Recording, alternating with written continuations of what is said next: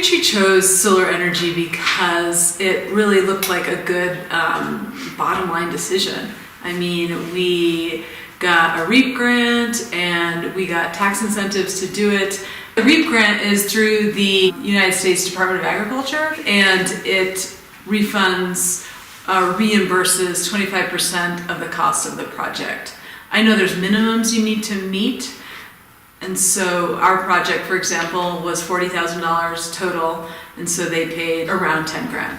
We have resources, they're all Wyoming's resources, and whatever makes sense and saves money for businesses around the state is what people should be using. We have wind, we have sunny days, we have coal, we have natural gas, and we should be taking advantage of all of these in responsible ways.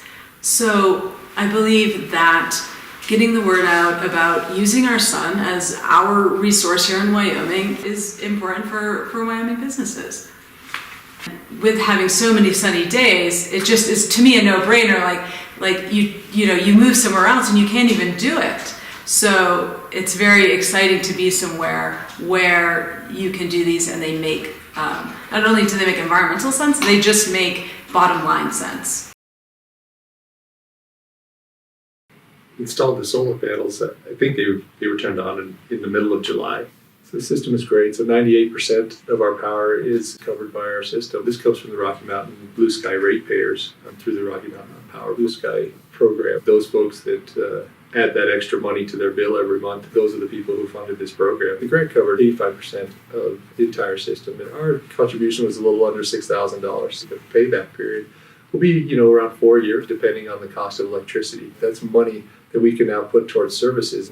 And our monthly bills were $120, $130 in electricity. That money can go to primary care services or emergency dental service. I think that Rocky Mountain Power and the foundation and the ratepayers really celebrate when a place like this gets renewable technologies, because not only is it just a commitment to a new energy system that makes sense, but now it's a commitment to the folks that come to our clinic that need healthcare. It's really amazing technology, and when you add the battery to it, if the power goes out, we can be alerted on our phones, right, that the power's been out, even if we're not in the local area. We might need to make a different move with our vaccines. We're responsible for those vaccines, and so this allows us the freedom to have one of us monitor their phone, and if something happens, then we can respond and would not lose thousands and thousands of dollars. For me, I feel like it's an obligation to those investors and those people, our funders.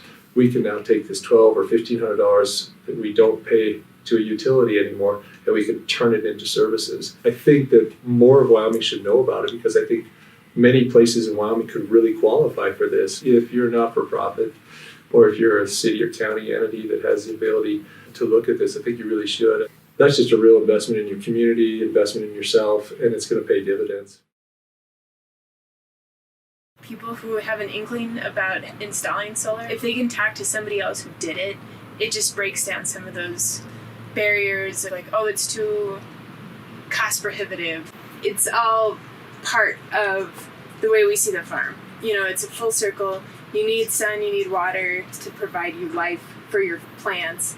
You need the solar for our electricity. Because we're an agricultural production area, we are able to take advantage of the USDA REAP grant. If the solar project hits a threshold of $10,000, you can qualify for the grant that we received.